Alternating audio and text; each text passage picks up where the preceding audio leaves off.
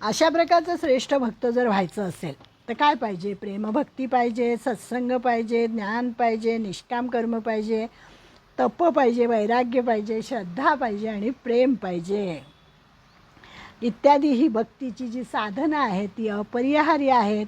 पण या सर्वांचा मुकुटमणी काय असेल तर ती आहे भगवंताची कृपा. भगवंताची कृपा झाल्याशिवाय आपल्याला काहीही मिळत नाही. सत्संगसुद्धा आपल्या आयुष्यात यायचा असेल तर भगवंताची कृपा पाहिजे, पूर्वजन्मीचं काहीतरी सुकृत पाहिजे. त्याच्यामुळेच आपल्याला हे सगळं मिळतं. ज्ञानी भक्त जे कर्म करेल ते ईश्वराचे पूजन रूप होते. त्याची जी कल्पना तोच जप होतो आणि तो ज्या स्थितीत असेल तीच त्याची समाधी अवस्था होते. मगाशी पाहिलं ना अद्वैत भक्ती म्हणजे काय, तर तो ज्ञानी जे करेल ते सगळं त्याचं भक्तीच असते असं त्यांनी सांगितलेलं आहे. मग तो जो असतो तो कसा असतो, तो काय असतं त्याच्या मनामध्ये, तो भगवंताला कसं समजत असतो, तर इथे त्यांनी ज्ञानेश्वरीतलंच 18व्या अध्यायातलं दिला आहे अर्थ. तो मी सांगते, वाचून दाखवते तुम्हाला. मी न ढळणारा आहे म्हणजे कसा विचार करायला पाहिजे. जो खरा भक्त असतो तो कसा विचार करतो परमेश्वराबद्दल. मी न ढळणारा आहे, मी अच्युत आपल्या स्थानापासून भ्रष्ट न होणारा आहे, मी अंतरहित आहे परमात्मा, मी द्वैतरहित आहे, मी सर्वांच्या आरंभाचा आहे, निराकार आहे तसाच साकारही मीच आहे, नियम्य मीच आहे, नियामक मीच आहे, मी आरंभरहित आहे, मी अमर आहे, मी भयरहित आहे, मी सर्वांचा आश्रय आहे, आश्रित मीच आहे, आश्रयही मीच आहे ना आश्रित मीच आहे, मी स्वामी आहे, निरंतर असणारा आहे, स्वतः सिद्ध आहे, अखंड आहे, मी सर्व आहे, सर्वव्यापी आहे, मी सर्वांच्या पलीकडचा आहे, मी नवा आहे आणि जुनाही आहे, मी शून्य आहे व मी संपूर्ण आहे, जे काही मोठे आहे ते सुद्धा मीच आहे, जे सूक्ष्म आहे तेही मीच आहे, मी क्रियारहित आहे म्हणजे परस्पर विरोधी पण सगळे गुण त्याच्याकडे आहेत, मी एक आहे, मी संगरहित आहे, मी शोकरहित आहे, व्याप्य आणि व्यापक मी आहे, उत्तम पुरुष मी आहे, मी शब्दरहित कर्णरहित आहे, मी रूपरहित कुळरहित आहे, मी सारखा व स्वतंत्र आहे, सर्वाहून पलीकडचे जे ब्रह्म ते मीच आहे. याप्रमाणे मला एकाला या अद्वय भक्तीने आत्मत्वे करून आत्मपणाने खरोखर जो जाणतो आणि याही बोधाला म्हणजे अनुभवाला जाणणारा तोही मीच आहे. म्हणजे तो जाणणारा असं कधी म्हणत नाही की मी ज्ञानी आहे, मी जाणलेलं आहे असंही तो म्हणत नाही, कारण तोच झालेला असतो. त्यामुळे बोलणार कोण दुसरा, हे तो जाणतो. असा हा ज्ञानी भक्त असतो असं त्यांनी सांगितलं आहे. म्हणजे 18व्या अध्यायाच्या 54 आणि 55व्या श्लोकामध्ये जणू काही ब्रह्मविद्येचं सारच सांगितलेलं आहे सगळं. एथ अविद्यानाशु हे स्थळ, तेणे मोक्षोपादान फळ, या दोन्ही केवळ साधन ज्ञान. हे इतुलेची नानापरी निरूपले ग्रंथ विस्तारी. या एवढा विस्तार केलेल्या ग्रंथामध्ये त्याच्यामध्ये काय सांगितलं तर त्याच्यामध्ये सांगितलं गीतेमध्ये अविद्येचा निराश केलेला आहे. म्हणजे अज्ञानाचा निराश करणे हा गीतेचा विषय आहे आणि त्याचं फळ काय, मोक्षाची प्राप्ती, हे त्याचं फळ आहे. आणि अविद्यानाश आणि मोक्षप्राप्ती या दोहों साधन केवळ ज्ञान आहे. हे इतकेच नाना प्रकारांनी या ग्रंथामध्ये विस्तृत रीतीने सांगितलेले आहे.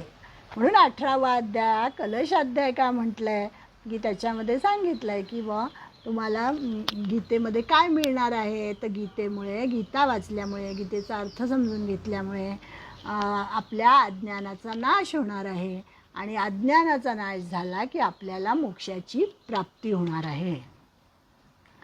ज्ञानोत्तर भक्ती भगवंतांनी सांगितली, ब्रह्मविद्येचे रहस्यही याच्यात उलगडून सांगितलं. आणि अर्जुनाला केवळ ज्ञाननिष्ठा सांगून उपयोग नव्हता, कारण शरणागती रूप श्रेष्ठ भक्तीचे महात्म्य आता भगवंत सांगतात अर्जुनाला की आहे 56वा श्लोक. 1 मिनिट राहिले का 2 मिनिट, हा एवढा घेते. सर्वकर्माण्यपि सदा कुर्वाणो मद्व्यपाशयः मत्प्रसादादवाप्नोति शाश्वतं पदमव्ययम्. माझ्या परायण झालेला निष्काम कर्मयोगी सर्व कर्मे सदा करीत राहून ही माझ्या कृपेने सनातन अविनाशी असे परमपद प्राप्त करून घेतो. तेच पुन्हा ज्ञानोत्तर भक्तीची थोरवी सांगितलेली आहे. 5 मिनिटं आहे. ज्ञानेश्वर आहे ज्ञानोत्तर भक्ती म्हणजे ज्ञानाच्या नंतर प्राप्त झालेली भक्ती.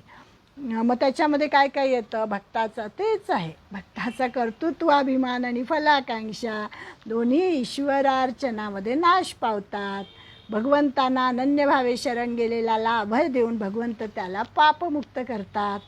भगवंताचा अनुग्रह लाभला की मन बुद्धी तत्त्वज्ञानाचा उदय होतो, कृपा मिळाली त्याची की. त्यामुळे काय होतं? ज्ञाननिष्ठेद्वारे पराभक्ती लाभते. जे आतापर्यंत आपण पराभक्तीचं कौतुक पाहिलं, पराभक्तीने मोक्षप्राप्ती होते आणि ईश्वराप्रत असलेल्या प्रपत्तीचे, प्रपत्ती म्हणजे शरणांगती, शरणांगतीचं स्वरूप, शरणांगत भाव आला पाहिजे. शरणांगत भाव आल्याशिवाय भक्ती मनामध्ये निर्माणच होणार नाही. म्हणून त्या शरणांगतीचं महत्त्व अर्जुनाला सांगितलेलं आहे या श्लोकामध्ये त्यांनी.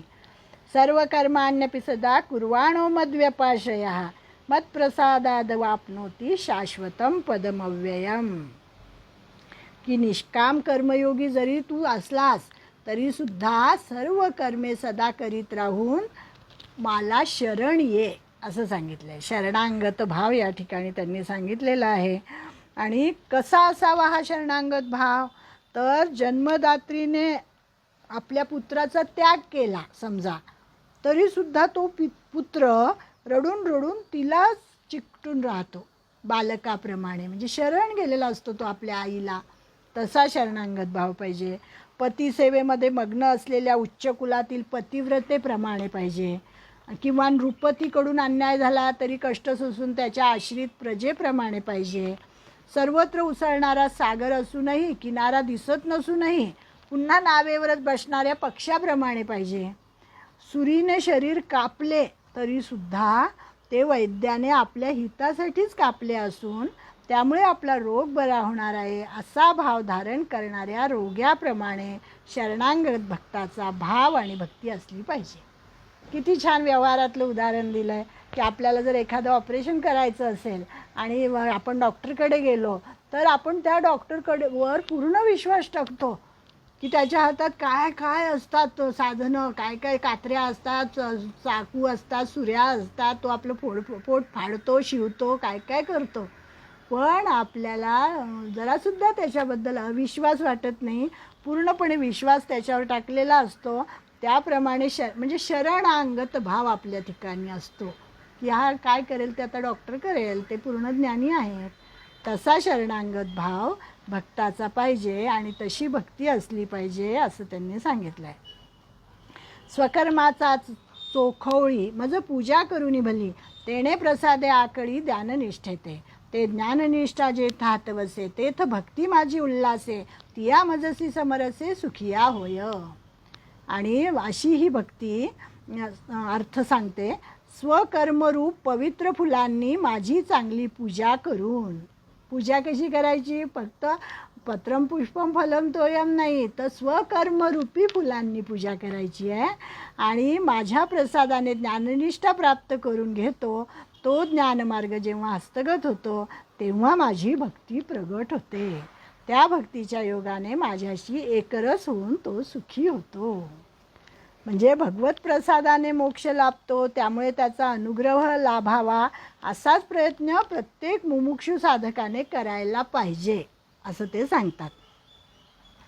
आणि त्यासाठी कोणत्या प्रकारचे कर्म आणि ते कसे करावे ते परत आता भगवंत सांगतील. उजळणी होती आपली पुन्हा पुन्हा पहिल्या अध्यायापासून दुसरा अध्याय, दुसऱ्यापासून तिसरा, सतत तेच सांगितलेलं आहे. आणि 18व्या अध्यायामध्येच त्याची पुनरावृत्ती खूपच आहे.